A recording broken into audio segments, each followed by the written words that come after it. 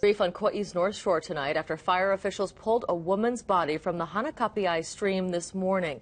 KITV4's Laura Yamada shows us the dangerous conditions that trapped over 50 hikers in Kalalau Valley overnight, miles away from safety. They said within minutes the river just got swollen. Tired, shaken up, wet and muddy, the last of 55 hikers stranded made their way home on Thursday, knowing one of them did not make it out alive. I know better not to go there on the rainy days, but had a couple friends that were visiting.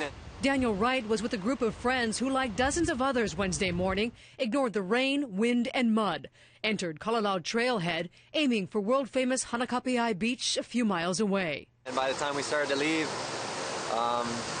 the river crossings were already too high. The conditions weren't the best. There was a lot of wind.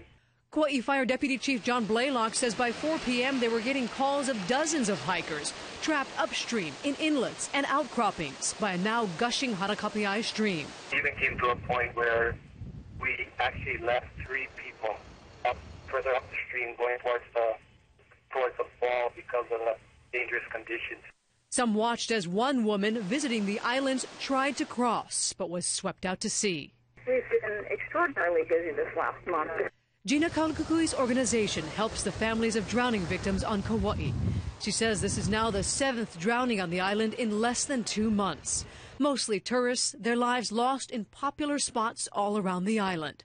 I can only imagine how overwhelming that it's got to be. They should have waited. It's sad because, these things can be prevented. By morning, 10 were choppered out. The rest were on their way out. We escorted 48 people across the river, and then we had firefighters along the trail to assure them that they got out. So 48 people actually walked out. Police say 8 hikers returned to find their cars had been vandalized or broken into. One more mess, but at least safe at last. Laura Yamada, KITV4 News. The Kalalau Trail reopened earlier this afternoon, and even though it's still very rainy and windy, the trail is very muddy. Hikers streamed back in as soon as it reopened.